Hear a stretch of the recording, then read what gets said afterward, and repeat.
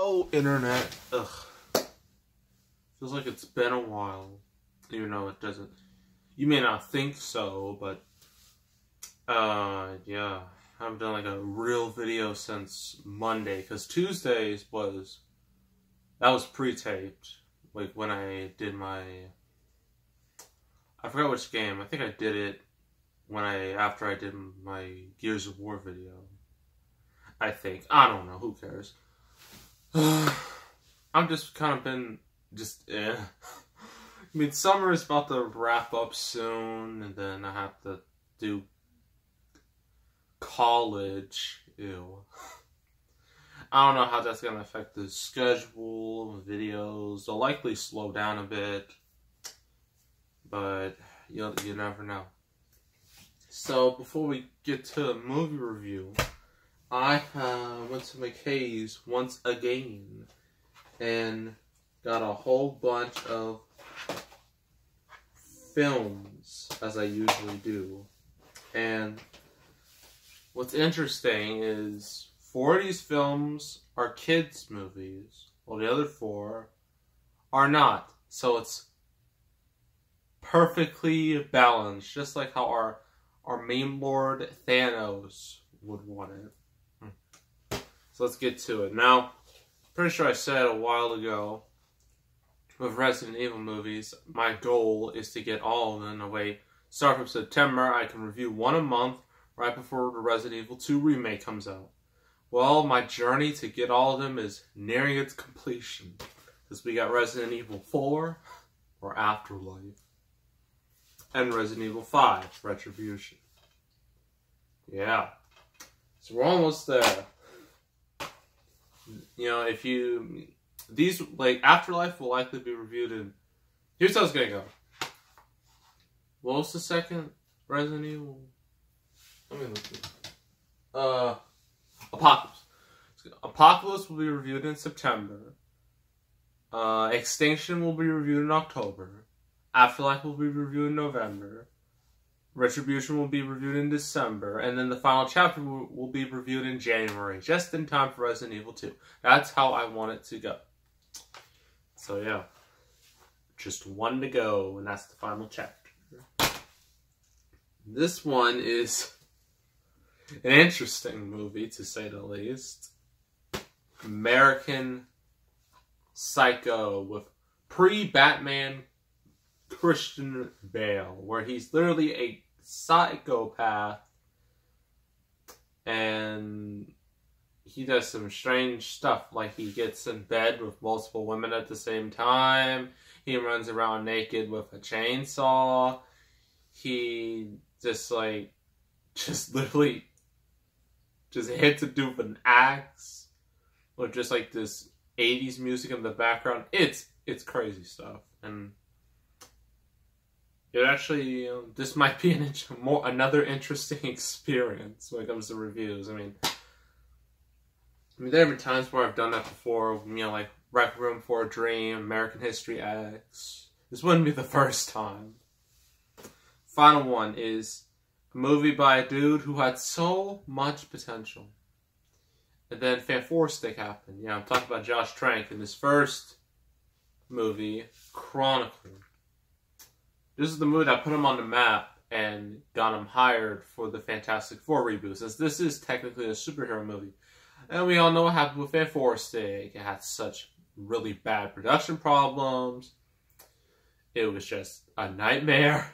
Josh Trank disowned the movie, and now his career is more or less dead. So, at least he had a good enough start, I guess. So, it's Chronicle. So, those are the adult, although, some of those movies you'd be like, really? Adult movies? Get out of here.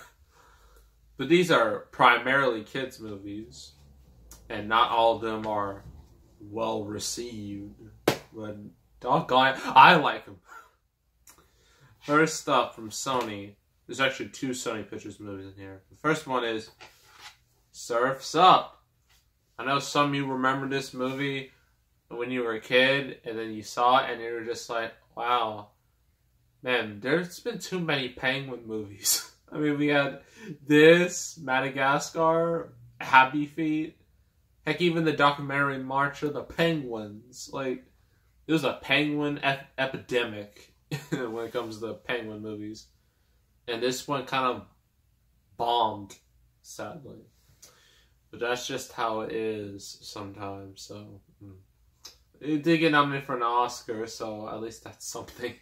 But it did get a really, really, really bad sequel with WWE, where you had The Undertaker as a penguin, Triple H as a penguin, John Cena as a penguin, Vince McMahon, who wanted to just milk a fish by taking a straw and just sucking it. It's an image I will never get out of my head. And I don't want to review that sequel because that's gonna. I'm afraid it's gonna scar me for life. So next one is actually the first Sony Pictures animation movie they made, and some people hate it. I know that the Dishonored Wolf, he doesn't like this. Yeah, and he had to do the whole quadrilogy. But this is the only one that's worth watching in my eyes. Open Season. Yes. Oh, this was cliche. It's really dumb, but it's just one of those movies that I saw as a child and it just stuck with me. Just like Ant Bully, just like TMNT, just like Madagascar. Madagascar was fine. You know, like robots. It's just, I don't know why that happens, but it just does. Ugh. It's just Open Season. Now this one has really stuck with me since I saw it as a child. Some of you are going to be like, really? This stuck with you? And it is a DreamWorks movie. Shark Tale. Yes. This movie with Will Smith fish with those disgusting lips. Like, goodness gracious, that's really bad character design. Yeah, you're just like, why? Why would you buy this? I mean,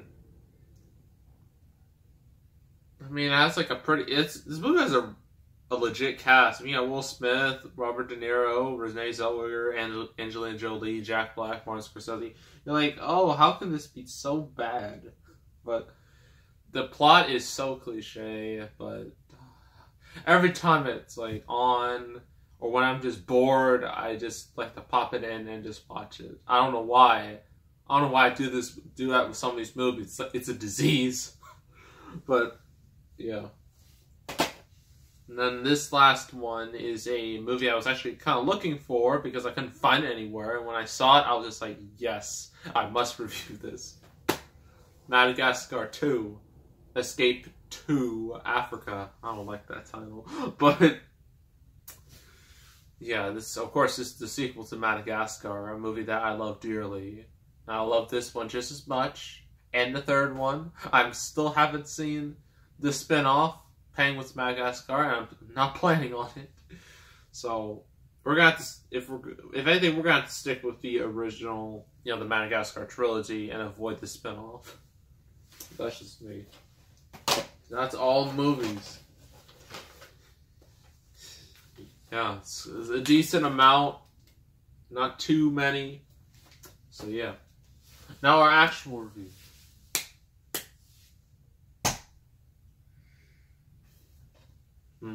This Seventh Son. This abomination of film. Actually, the story behind this movie is more interesting than the movie itself. Let me explain.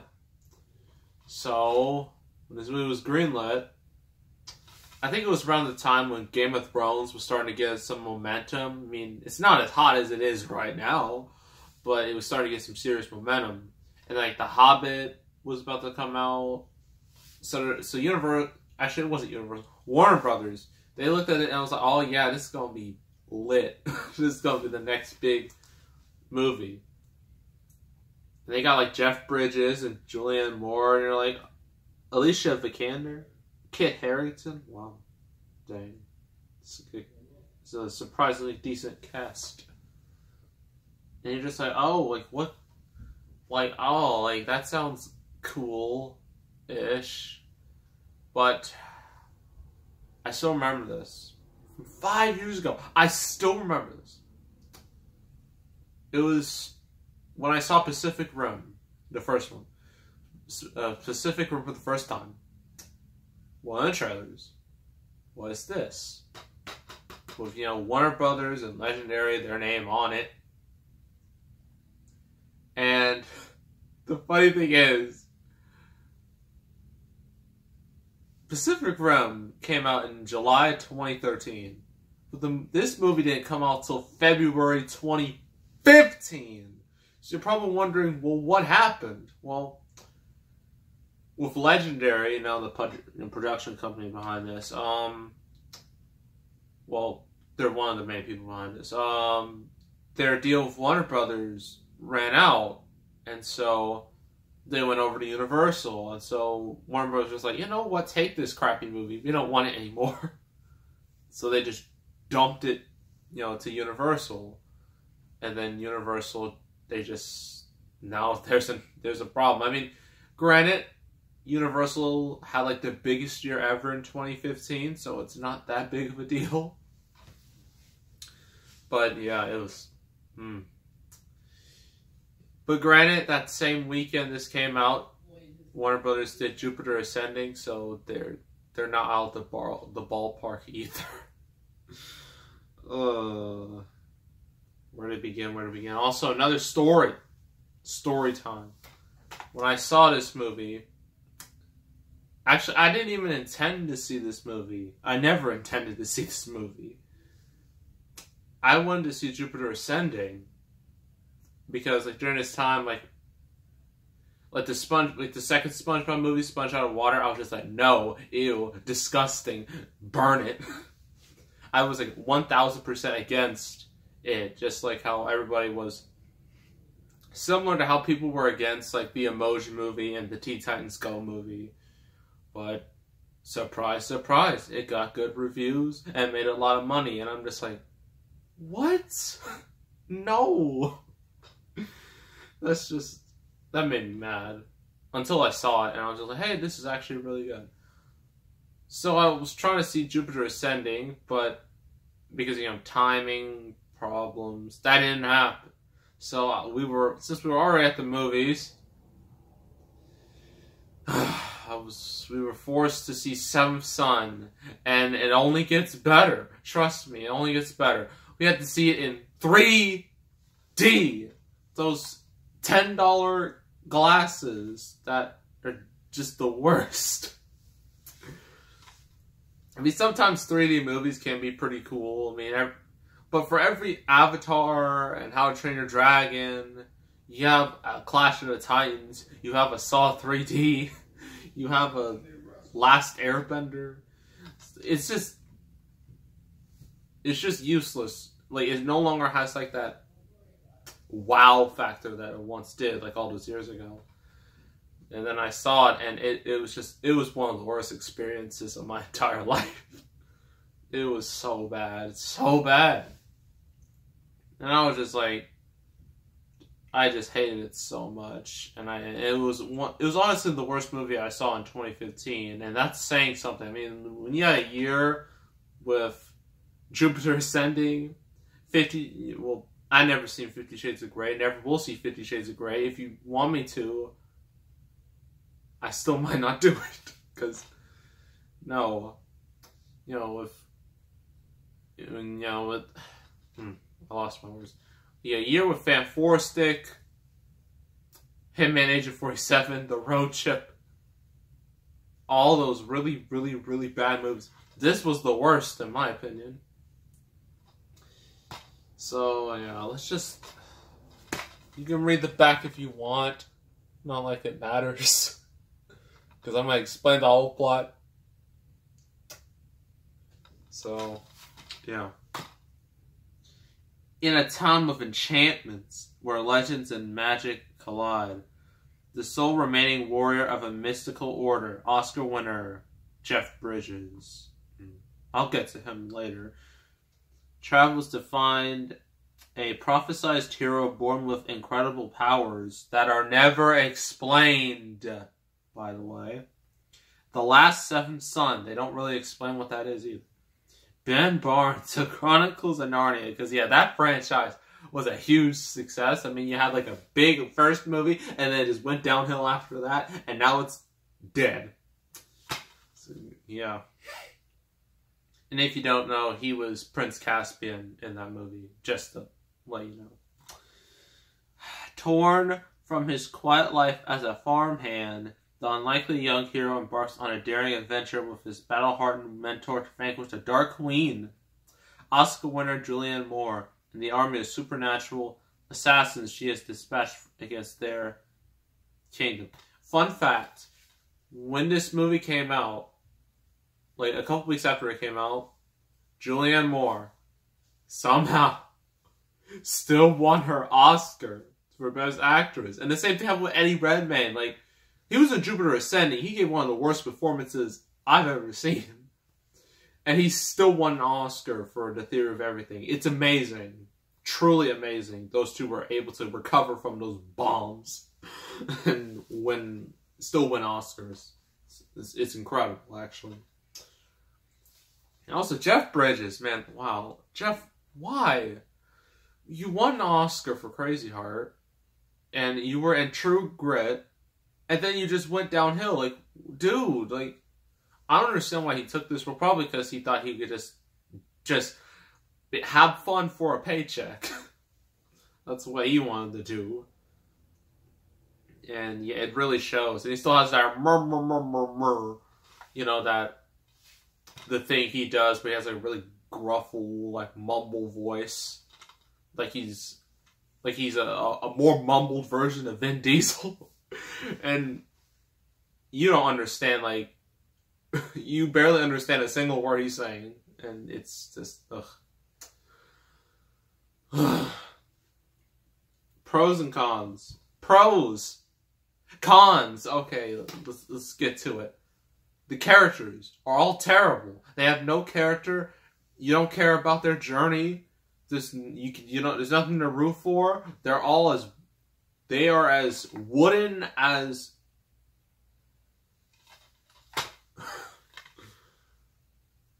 I don't even know what type of analogy I was trying to make. It was like they're as wooden as, well, I don't have anything around me that's wooden, so this joke doesn't even work. You know, they are so wooden and dull and boring that you're just sitting there and you're just like, why? Why am I watching this? Let's start with Mr. Plank of Wood himself, Ben Barnes. He is one of the most blandest heroes of all time. And you're just like, why do I care about this guy? What's there to care about? What's his personality? Why is he the seventh son? Why is he the hero? Why? That's the main question about this movie. Why? Why was it made? Why did it see the light of day?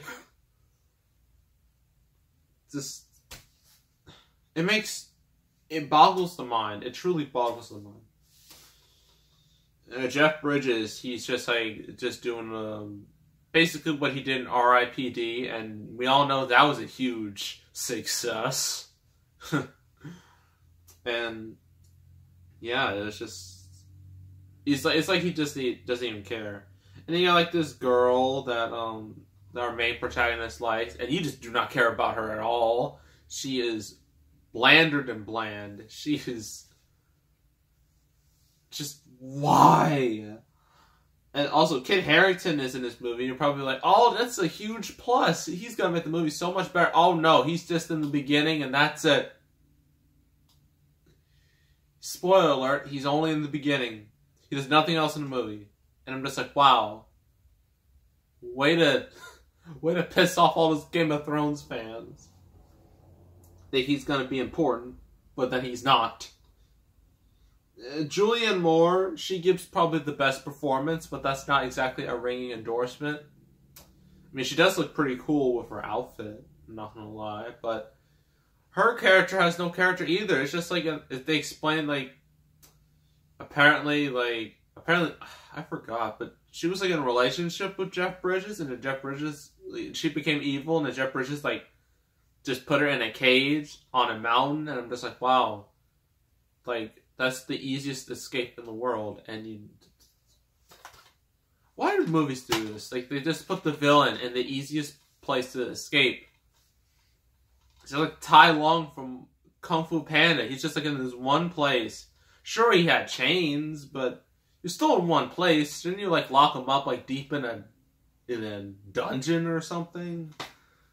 You know, just like, or put him in like in an isolation box or something, anything. And so, it's also like this dude that followed Jeff Bridges and Ben Barnes around. He does nothing. You don't care about him either. The humor, yes, there is humor, and it is truly awful. It is the weakest excuse of humor you will ever see in your life. It's like the lowest common denominator of humor. There's a pee joke. Yeah. Because that makes you want to watch this movie. A friggin' little pee joke. Wonderful. The story is so cliche.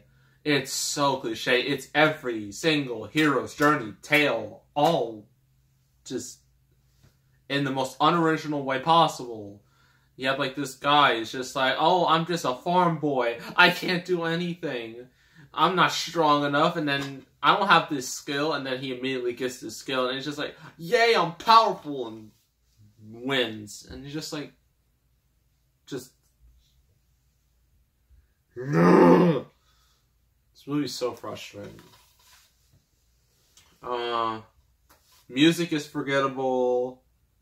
The action scenes, you would think a fantasy movie will have some really good action scenes. You're wrong. They are just the most anticlimactic action scenes ever. They just have a little fight, and then that's it.